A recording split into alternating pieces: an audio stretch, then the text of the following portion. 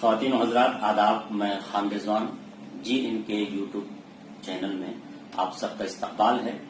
آج ہمارے اس چینل میں اس مباحثے میں دو گیسٹ تشریف رکھتے ہیں۔ ہمارے ساتھ ہیں ڈاکٹر داؤد محسن صاحب۔ آپ کا تعلق کرناٹک سے ہے، آپ ملت کالج میں آپ پڑھاتے ہیں، استاد ہیں۔ اور ہمارے دوسری جانب ڈاکٹر خان محمد آصف صاحب گوتم بدھ یونیورسٹی میں اردو کے استاد ہیں، پروفیسر ہیں۔ ہمارے لیے بڑی بات ہے کہ آج ہمارے اس یوٹیوب چینل میں دو اہم مہمان تشریف رکھتے ہیں۔ ہم اردو ادب کے تعلق سے، اردو ادب کی ترقی اور اس کے زوال کے تعلق سے، موجودہ صورتحال جو اردو ادب کا ہے اس کے منظرنامے کے تعلق سے ہم آپ کے سامنے کچھ سوالات رکھیں گے۔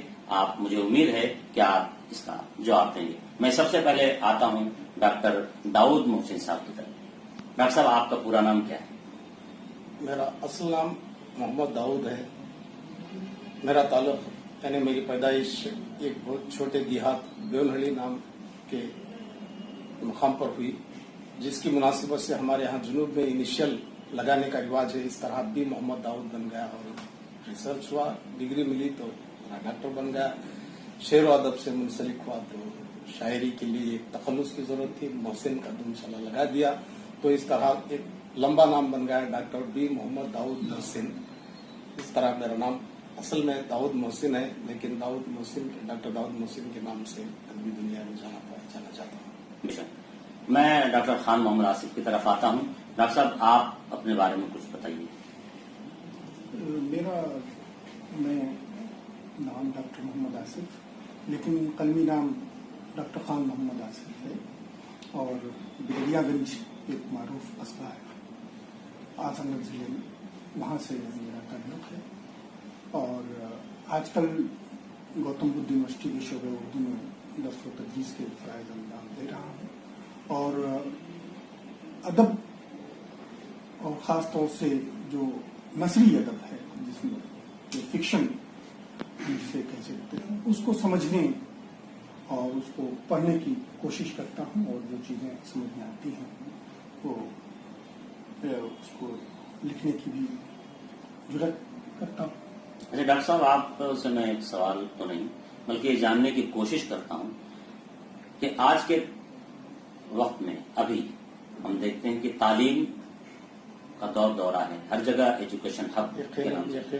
آپ کے زمانے میں ایسا کچھ نہیں رہا ہوگا، لیکن آج مسائل بھی اتنے ہی ہیں۔ آپ کے زمانے میں مسائل رہے ہوں گے، لیکن آپ ایک چھوٹے سے گاؤں سے وابستہ رہے اور اس گاؤں سے آپ شہر تک آئے اور آج ایک پرنسپل ہیں ملت کالج کے، تو اس سفر میں بڑا زگزیگ رہا ہوگا، اس کے تعلق سے کچھ ہمیں بتائیے۔ رضوان بھائی، میری زندگی کی داستان عجیب و غریب ہے، اللہ کا کرم۔ میں دراصل ایک زمیندارانہ خاندان سے تعلق رکھتا ہوں، جہاں پر فصلیں اگائی جاتی ہیں۔ یہ اللہ کا کرم ہے مجھ پر کہ میں ادب کے میدان سے منسلک ہوا۔ اور سب سے بڑی بات یہ ہے، ہمارے خاندان میں ہر کوئی اردو تعلیم یافتہ ہے۔ اردو ذریعے تعلیم کے ذریعے ہی ہمارے پورے خاندان کی ایک شناخت ہے۔ ڈاکٹرز، انجینئرز اور مختلف شعبہ جات میں ہمارے پاس، ہمارے خاندان میں لوگ اپنی خدمات انجام دے رہے ہیں۔ جہاں تک میری تعلیم کا سوال ہے، میں جس دیہات میں پیدا ہوا اس گاؤں میں صرف پہلی تا چوتھی جماعت کا انتظام تھا۔ اس کے بعد 5ویں تا 7ویں جماعت کی تعلیم حاصل کرنے کے لیے مجھے 5 کلومیٹر دوری کے ایک کندور نامی گاؤں جانا پڑا۔ وہاں پر 5 تا 7ویں تعلیم، 7ویں جماعت تک کی تعلیم میں نے مکمل کی، اور اس کے بعد ہائی اسکول یعنی 8ویں جماعت کے بعد کی تعلیم کے لیے مجھے ہریہر آنا پڑا، جہاں پر میرے تائے اعزاز بھائی رہا کرتے تھے۔ ان کے یہاں میں رہ کر ہائی اسکول کی تعلیم مکمل کی، اور اس کے بعد PUC سائنس میں داخلہ لیا۔ سائنس میں تمام میری ذہانت کو دیکھتے ہوئے والدین اور رشتہ دار یہ چاہتے تھے اور یہ توقع لگائے بیٹھے تھے کہ میں ایک بہت اچھا ڈاکٹر بنوں گا۔ چند وجوہات کی بنا پر، پیسے نہ ہونے کی وجوہات پر، اس زمانے میں میڈیکل سیٹ ملنا بہت دشوار تھا، اتنی رقم ہمارے پاس نہیں تھی، اس لیے مجھے بعد دل ناخواستہ BSc کرنی پڑی۔ وہاں بھی اللہ کا فضل ہے کہ I am the toppest in mathematics in the whole college۔ मैं वाहिद तालिब इल्म हूँ उस कॉलेज में ग्रेजुएशन में 100 को 100 नंबर 1984 में लेने वाला हूँ। मैं तब उस जमाने में मेरे तमाम असातिज़ा की ये ख्वाहिश थी कि एक अच्छा मैथमेटिशियन बनेगा, लेकिन ये अदबी दुनिया अजीब व गरीब है। मुझे पहले से ही इब्तदाई ज़माने से ही मुझे अदब का शौक़ रहा, इसलिए एमएससी मैथमेटिक्स और एमएससी स्टैटिस्टिक्स अपने ही शहर में करीबी शहरों में मिलने के बावजूद उसे छोड़कर मैंने एमए इन उर्दू करना गवारा किया और उसके लिए मैसूर चला गया। मैसूर यूनिवर्सिटी में मैंने 2 साल एमए किया और उसके बाद वापसी के फौरन बाद अल्लाह ताला के फजल करम से हमारे ही शहर में दावनगेरे में एक मुस्लिम इदारा चलता है जो मिल्लत एजुकेशनल एंड वेलफेयर सोसाइटी के नाम से मशहूर है, जो वस्त कर्नाटक का बहुत ही मियारी और बहुत बड़ा तालीमी इदारा है, जहाँ पर 4000 बच्चे तालीम याफ्ता है। उस कॉलेज में अल्लाह के फजल करम से मुझे बाहिसियत उर्दू लेक्चरर मुलाजिमत मैसर हुई। उसके बाद से मैं मुसलसल 19 साल तक उस कॉलेज में लेक्चरर के हिस्से से काम करता रहा। उसके फिर 2007 में प्रिंसिपल की वैकेंसी वहाँ पर निकल आई तो मुझे प्रमोशन दिया गया और मैं पिछले 12 साल से उसी कॉलेज में प्रिंसिपल की। डॉक्टर साहब, ये बड़ी बात है कि आप साइंस और मैथ से निकल के भी उर्दू की तरफ आए और उर्दू में आपने पीएचडी की, डॉक्टर भी पढ़ा रहे हैं। आपके वालिदैन ने, आपके असातिज़ा ने साइंस के मैदान में आपको एक रोशन सितारे की तरह देखने की ख्वाहिश की, लेकिन आज उर्दू अदब में एक इजाफा हुआ डॉक्टर दाऊद मोहसिन के नाम से कि उर्दू में आपने अहम खिदमत अंजाम दे रहे हैं और आपने की दर्जन किताबें हैं जो हमारे नजर से गुजरी हैं और अहले इल्म उसकी तारीफ भी करते हैं। मैं ये जानना चाहता हूँ डॉक्टर साहब कि कर्नाटक में जो उर्दू की सूरत हाल है उस ताल्लुक से आप कुछ हमें बताइए। देखिए, सिर्फ कर्नाटक की ही बात नहीं, बाद में मैं कर्नाटक के ताल्लुक से कहूँगा, लेकिन पूरे मुल्क में उर्दू के साथ ये तो हुकूमत की सरपरस्ती नहीं है। हुकूमत की सरपरस्ती हो या ना हो, लेकिन उर्दू वालिदैन ऐसे हैं कि अपने बच्चों को सिर्फ और सिर्फ बेरोजगारी, रोटी रोजी से उर्दू को जोड़कर अपनी नस्ल को उर्दू से महरूम कर रहे हैं। हुकूमत की शिकायत अपनी जगह है ही, लेकिन मुझे शिकायत है उन वालिदैन से जिन्होंने रोटी रोजी से इसे जोड़कर अपनी औलाद को, अपनी नई नस्ल को, जो उर्दू एक हमारी जुबान ही नहीं, जिस जुबान में हमने बोलना सीखा, बच्चे ने बोलना सीखा, उस बच्चे को जुबान से महरूम करके गैर मादरी स्कूलों, गैर मादरी जुबानों के स्कूलों में तालीम दिलवा रहे हैं। तो ये बहुत बड़ी शिकायत मुझे पहले से है और अब भी है। उर्दू वाले जब उर्दू के ताल्लुक से नहीं सोचेंगे तो हम दूसरों से इसकी शिकायत नहीं करेंगे। डॉक्टर साहब, यहाँ पे रोकना चाहूंगा मैं आपको माजरत के साथ कि आदमी उस जानिब भागता है जिधर उसे कल्बी सुकून हो, जिधर दुनियावी चीजें उसे आसानी से मैसर आए। अब एक तालिब इल्म उर्दू पढ़ रहा हो और उसे नौकरी न मिले, उसे जॉब न मिले, तो उर्दू कौन पढ़ेगा? हमारी भी कुछ जिम्मेदारियां होती हैं। आप जैसे अहले इल्म, अहले कलम हजारों लोग हैं, वो उर्दू के लिए, उर्दू को सरकार को उर्दू की तरफ झुकाने के लिए, उस ताल्लुक से कोई नई चीज लाने के लिए आप लोगों ने क्या कुछ सोचा है? देखिए, ग्रेजुएशन के बाद अगर ज़हीन है, कोई भी मुलाजिमत हो किसी जुबान की बुनियाद पर नहीं मिलती। ये और बात है कि इम्तिहानात देने पड़ते हैं, लेकिन हमारे पास जो टॉप मोस्ट एग्जाम है जिसे IAS कहा जाता है, वहाँ उर्दू है हमारे पास। उसके अलावा ये और बात है, सिर्फ एक जुबान की यहाँ सिर्फ उर्दू पढ़ना से मुराद सिर्फ उर्दू ही नहीं बल्कि दूसरी जुबानें भी होती है। उन जुबानों में बाहिसियत एक जुबान, एक सब्जेक्ट उर्दू पढ़ने की मैं ताकीद करता हूँ, ताकि उर्दू से ना वाकिफ ना हो कोई बच्चा। और मुलाजिमत के ताल्लुक से जो है सबको कोशिश करनी चाहिए। बड़े पैमाने पर हमारे सियासतदानों का भी फर्ज बनता है कि वो कुछ ना कुछ करें। जब इलेक्शन आता है उसी वक्त उनको उर्दू का, कौम का, तमाम मामलात का दर्द उमड़ आता है, लेकिन रूट लेवल पर जो काम करना है वो हम जैसे ये मेरी ही अपनी बात करूं तो अल्लाह के फजल करम से मैंने बहुत सारी जगहों पर उर्दू सब्जेक्ट्स क्रिएट करवाए हैं और जहां मेरे बस में होता है वहाँ पर मैंने मुलाजिमत दिलवाने की कोशिश की। अल्लाह गवाह है, पिछले दिनों 6-7 कॉलेजेस का इंस्पेक्शन मैंने किया नए कॉलेजेस के परमिशन के लिए। वहाँ जहाँ भी जाता वहाँ वो नहीं चाहते थे कि वहाँ पर उर्दू का सब्जेक्ट हो। उसके बावजूद मैंने पहले शर्त रखी कि वहाँ उर्दू का सब्जेक्ट होता है कि हमारे बच्चे पढ़े, और उसके बाद उर्दू पढ़ने के बाद रोटी रोजी मेहनत करें तो इंशाल्लाह मुलाजिमत मिल जाएगी। वक्त होता है हर एक चीज का, यूं ही कोई चीज नहीं मिलती। हर एक चीज का एक वक्त होता है, वक्त का इंतजार करनी चाहिए और मुसलसल मेहनत करते रहना चाहिए। ये मेरा ख्याल है। हमारे बीच में खान मोहम्मद आसिफ साहब नौजवान स्कॉलर हैं और इसी कम उम्र में आप गौतम बुद्ध यूनिवर्सिटी में पढ़ाते हैं। मैं आपसे डॉक्टर साहब जानना चाहूंगा कि आप चूंकि तलबा को पढ़ाते हैं, उनके नजरियात क्या है? आपने क्या देखा है नौजवानों के बीच में? उर्दू अदब का फ्यूचर क्या है, मुस्तकबिल क्या है? वो बच्चे आप क्या देखते हैं उनको उर्दू अदब के ताल्लुक से? उर्दू अदब का ताल्लुक कितना रोशन है? हमें किस हद तक उर्दू अदब पढ़ाना चाहिए? जहाँ तक शुमाली हिंद में उर्दू ज़बान की तरोीज या तलबा से उसके ताल्लुक का मसला है, यहाँ पर तो ज़बान को जो तलबा हैं हमारे शुमाली हिंद के, वो तो उसको एक तहजीबी विरसे के तौर पर लेते हैं और उसको समझने की शायरी, क्लासिकल शायरी को, और जो दास्तान है और इस तरीके की। मैं डॉक्टर साहब आपसे जानना चाहता हूँ कि जुनूबी हिंद में जहाँ पर उर्दू के अलावा दूसरी बड़ी ज़बान कन्नड़ ज़बान खुद अपने आप में एक बहुत बड़ी तहजीब और अपने आप में क्लासिकी अदब का उसका अपना दर्जा है और हजारों सालों से उसकी तमाम उसके ज़बान में जो है दस्तावेज और मलफूजात मिलते हैं, वहाँ पर क्या उर्दू की सूरत हाल है? वहाँ पे किस तरीके से लोग उर्दू को लेते हैं तालीमी एतबार पर और तहरीरी एतबार पर और बोल चाल के उसमें किस तरीके से? देखिए, सबसे बुनियादी बात यह है कि कर्नाटक की इलाकाई जुबान कन्नड़ा है, जैसा कि आपने अभी कहा, और वहाँ पर जिस तरह के ये आज सिनेरियो है कि उर्दू को मुसलमानों से जोड़ दिया गया है, मुसलमानों की जुबान उर्दू होकर रह गई है।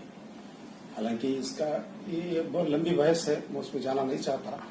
मौजूदा सूरत हाल शुमाली हिंदुस्तान की जो है सो है, लेकिन जनूबी हिंदुस्तान का जहाँ तक सवाल है, खुसूसी तौर पर कर्नाटक की अगर मैं बात करूं तो वहाँ उर्दू जुबान में पढ़ाई जाने वाले स्कूल की तादाद दिन ब दिन बढ़ती जा रही है, लेकिन तलबा की तादाद घटती जा रही है।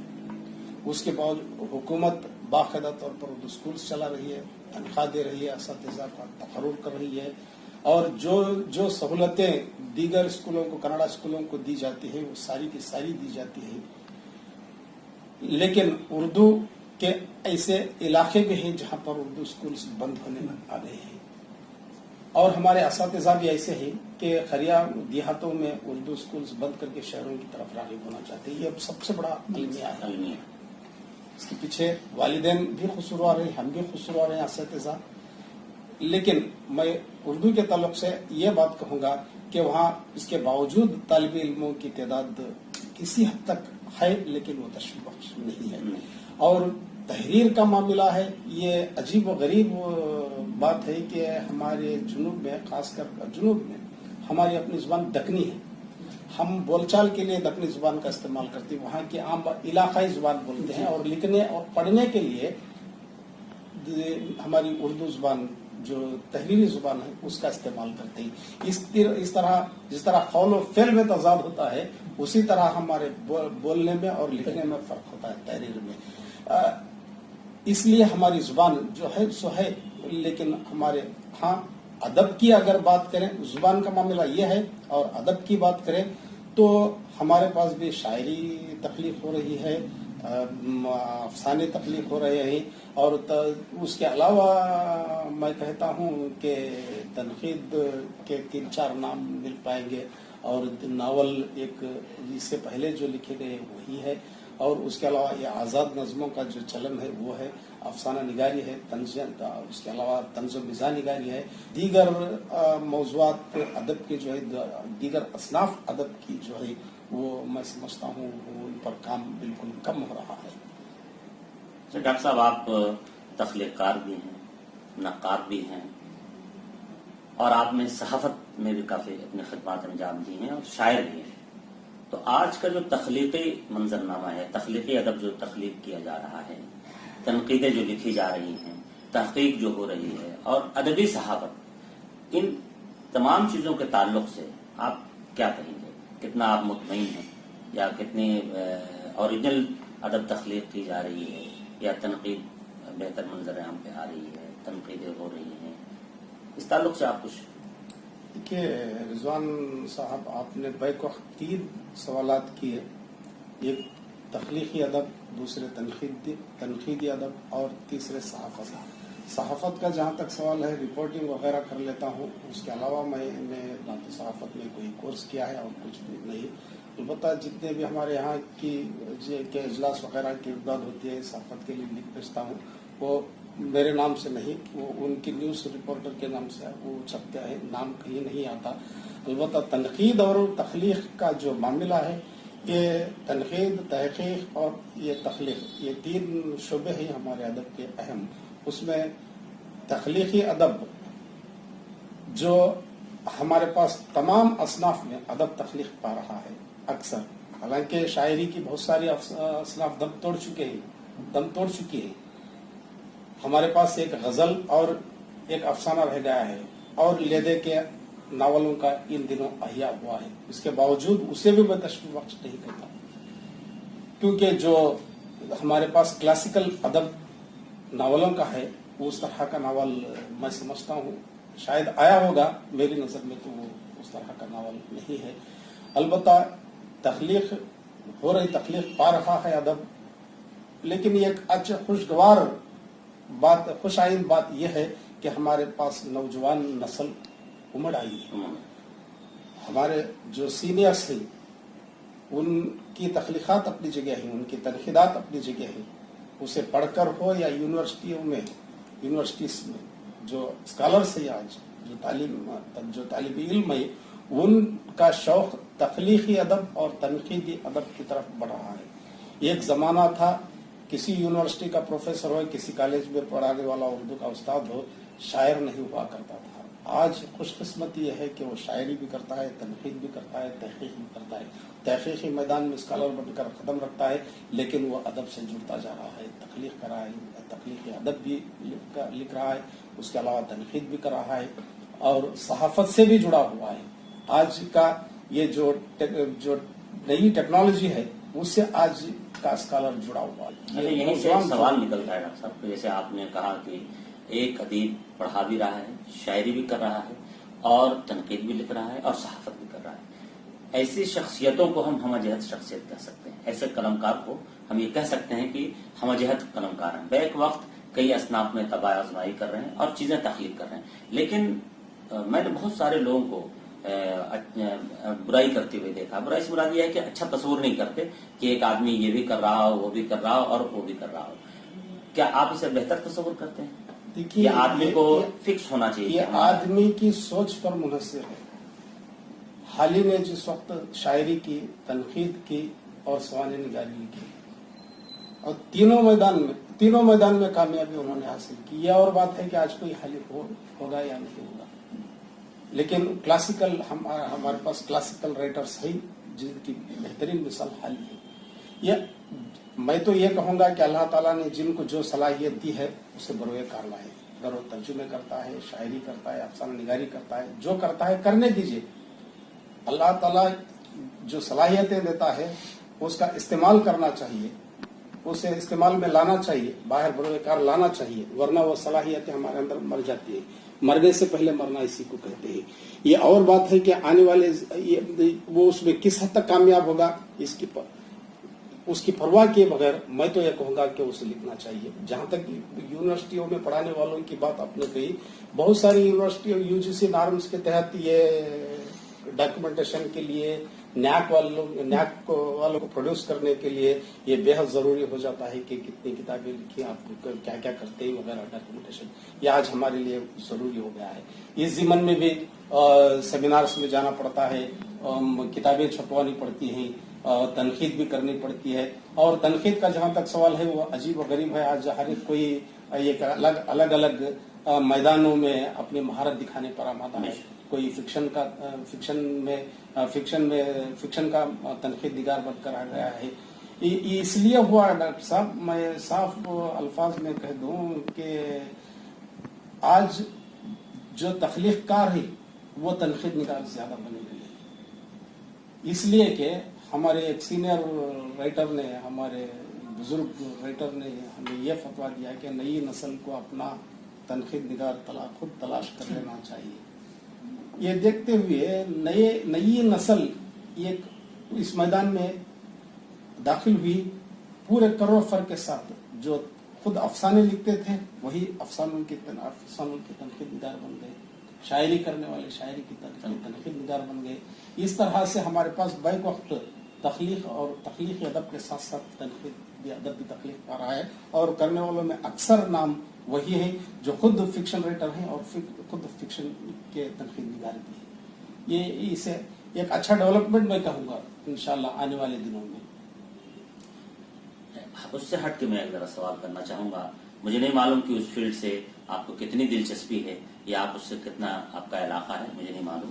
निसाई अदब के ताल्लुक से खवातीन जो आजकल लिख रही हैं या खवातीन जो अदबी मैदान में पेश हैं, और बहुत सारे इल्जामात हैं, बहुत सारी ऐसी चीजें हैं जो हमें एक मकाम पे लाकर खड़ा कर देती हैं। हम सोचने पर मजबूर हो जाते हैं कि मर्द घर में कव्वाम है तो क्या मैदान अदब में भी मर्द कव्वाम है? वहां भी मर्द ही की चलेगी?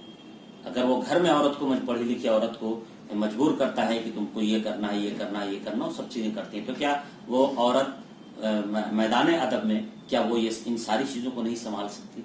क्या उनके अदब को हम उस नजर से नहीं देख सकते जो हम मर्दों के अदब को देखते हैं या देख रहे हैं लोग? आप उस ताल्लुक से क्या कहेंगे? यहाँ दो बहुत ही पेचीदा सवाल आपने उठाया। औरत को एक जमाना था घर की चार दीवारी में रखा जाता था। ये सर सैयद वगैरह, सर सलामत खान वगैरह की करम फरमाई का नतीजा है कि आज औरत कारी यूनिवर्सिटियों में, कॉलेजों में न सिर्फ तालीम हासिल कर रही है बल्कि जिंदगी के हर शोबे में डोमिनेट होती जा रही है। शाना बशाना नहीं बल्कि मैं तो यूं कहूंगा कि हावी होती जा रही है। बेरोजगारी की जहां बहुत सारी वजूहात है, मैं तो ये कहूंगा कि वो भी एक सबब, क्योंकि मर्द ये कमाता तो सारे खानदान की किफालत करता।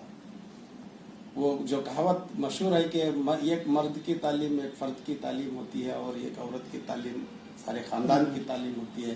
तो मैं ये कहूँगा कि एक मर्द की कमाई पूरे खानदान की कमाई होती है, एक औरत की कमाई और सिर्फ एक औरत की कमाई होती है।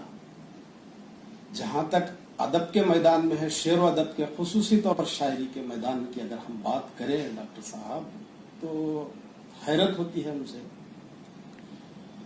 क्योंकि कोई मुशायरा ऐसा नहीं होता जहां पर औरतों को मदू नहीं किया जाए।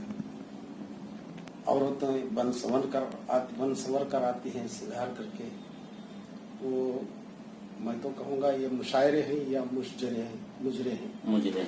मुशायरे और मुजरे में कोई फर्क नहीं रहा। हार डाले जाते हैं, पैसे उठाए जाते हैं, वो उनकी मेहनत कह ले। मैं उससे शिकायत नहीं कर रहा हूँ, मैं भी औरत की कदर करता हूँ, लेकिन ये जो हो रहा है सरेआम, उसे मैं किसी हद तक उसे तशफी बख्श नहीं मानता। सवाल पेचीदा है, जवाब भी समझ के दीजिएगा वरना भी आपको कर्नाटक जाना है। जी हाँ, मुझे मालूम है, इसीलिए मैं कह रहा था। क्योंकि फिर भी ये खुशाइन बात है कि औरतें बहुत अच्छी शायरी कर रही है, हावी हो रही है और जिंदगी के मुख्तलिफ 9 शोबाजात में जितने शोबे हैं तमाम शोबाजात में बरसरे रोजगार भी है और अपनी शख्सियत और फन का लोहा मनवा रही है।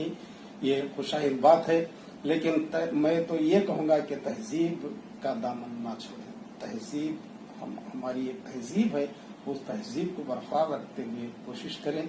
मैदान खुला है, यहाँ वही बाजी मार लेता है जिसके अंदर सकत होती है। तो ये शायरी, लेकिन मैं यहाँ पर ये सवाल करूंगा डॉक्टर साहब आपसे कि हमारे पास खवातीन निसाई अदब के ताल्लुक से आपने कहा, ये आज तक जिस तरह हमारे पास रुझानात या तहरीकात चली हैं, उस तरह की कोई तहरीक बाज़ाब्ता तौर पर निसाई तहरीक हमारे पास नहीं चली, या निसाई अदब, निसाई रुझान हमारे पास नहीं चला।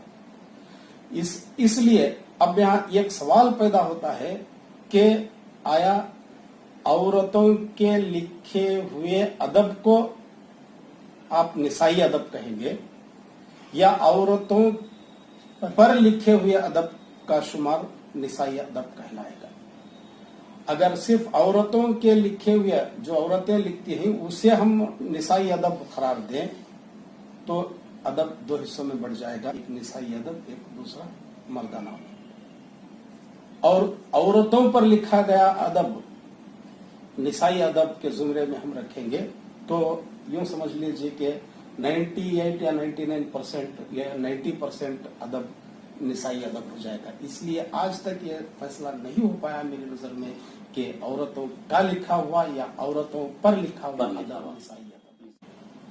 नाज़रीन, डॉक्टर दाऊद मोहसिन साहब ने फिक्शन की तख्लीक की है, फिक्शन में भी उन्होंने काम किया है और एक अफसानवी मजमुआ भी इनका मंजर-ए-आम पे आ चुका है। हमारे बीच में डॉक्टर खान मोहम्मद आसिफ साहब हैं, उनके अफसानवी मजमुए के ताल्लुक से, अफसाने के ताल्लुक से कुछ हमारे सामने बात रखना चाहें डॉक्टर साहब। डॉक्टर दाऊद मोहसिन का जो तख्लीकी कैनवस है, जो तख्लीकी विजन है, वो काफी वसी है। आप शायर भी हैं, अफसाना निगार भी हैं, खाका निगार भी हैं, लेकिन उनके अफसाने मजमूए का जो नाम, इनके अफसानवी मजमूए का जो नाम है सन्नाटे बोल उठे, वो खुद अपने आप में एक बहुत बड़ा सवाल है, क्योंकि सन्नाटे वहीं पे उपजते हैं या पनपते हैं जहां तखरीब होती है, जहां तामीर होती है वहां सन्नाटे नहीं होते, वहां चहल पहल होती है, वहां पे गुनगुनाहट होती है, वहां पे चिड़ियों की चहचहाट होती है,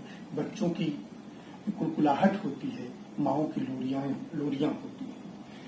मैं ये जब इनके अफसानों को पढ़ रहा था तो कई सवाल जो इन्होंने उठाए और आज के सुलगते हुए सवाल हैं जो आपने अपने अफसानों में उठाए। चाहे आपका अफसाना, मैं पूरे तमाम अफसानों पर तो नहीं, लेकिन कुछ जो मुझे लगता है कि इन पे बहस होनी चाहिए, मैं उन अफसानों पर गुफ्तगू करूंगा क्योंकि वक्त भी बहुत कम है।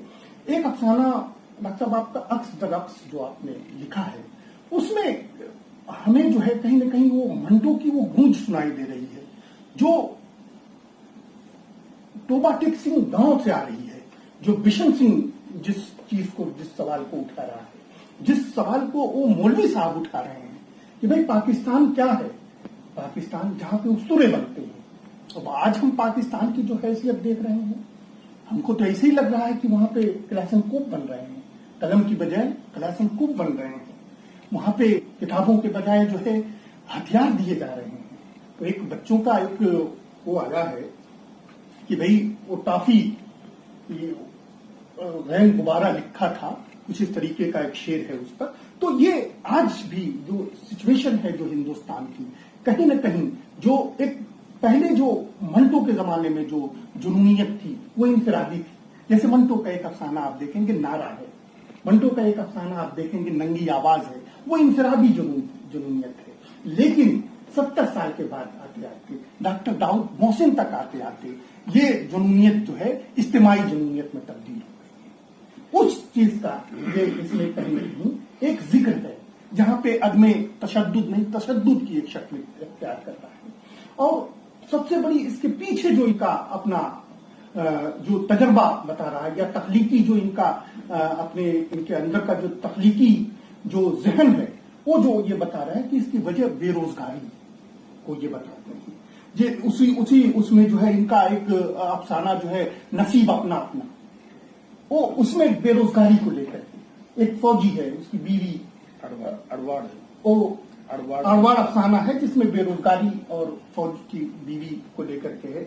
और नसीब अपना अपना में रिश्वतखोरी क्यों जन्म लेती है। जब हमको अपने सैलरी पर या जो आजकल कॉन्ट्रेक्चुअल का कंसेप्ट जो बहुत तेजी से उभर करके आ रहा है कि भाई रोजगार 45 सालों का रिकॉर्ड टूटा हुआ है, तो आदमी से तो आप मेहनत पूरी ले रहे हैं, लेकिन उसकी जो है उसकी उजरत जब आप हम नहीं देंगे तो रिश्वत जैसी चीजें वहां पर आपके जो उठ करके आएगी। और सन्नाटे बोल उठे तो अपने आप में जो ये फसादात का जो एक सिलसिला, रिश्वतखोरों का जो अंजाम होता है बाकायदा पर, उसका जाहिर सी बात है कि वो तो हम खुद ही उसके बच्चे या वो खुद वो कहीं ना कहीं इस तरीके के मर्ज में या इस तरीके की चीजों में मुब्तला हो जाता है कि वो जो अच्छा खून या हम बुरा खून कहते हैं कि भाई इसके खून ही में खराबी है, तो रिश्वतखोरी का मामला तो उसी उसमें है।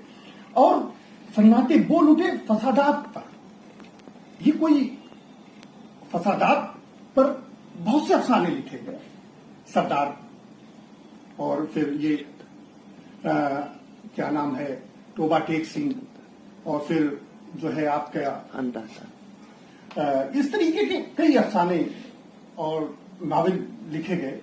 और इंसान मर गया रामानंद सागर का नावल है, और जो है पाकिस्तान एक्सप्रेस है, लाहौर एक्सप्रेस है, इस तरीके से कई नावल और अफसाने का तो एक बहुत बड़ा सिलसिला रहा है।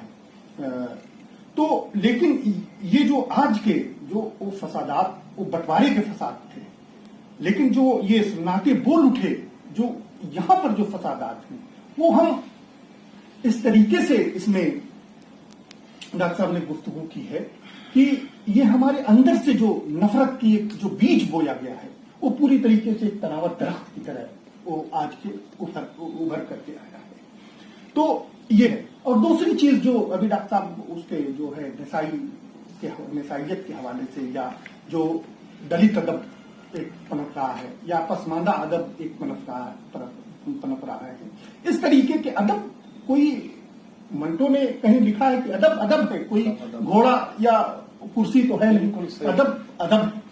तो इसमें निसाई अदब, क्या मैं ये सवाल मैं कर सकता हूं यहाँ पर बहुत ही वसूख के साथ और बहुत ही जिम्मेदारी से, क्या बुधिया का किरदार किसी ने अभी तक पेश किया है जो कफन में प्रेमचंद ने पेश किया है कि क्या निसाई अदब में अभी तक कोई बुधिया जैसा किरदार कोई पेश कर सका है?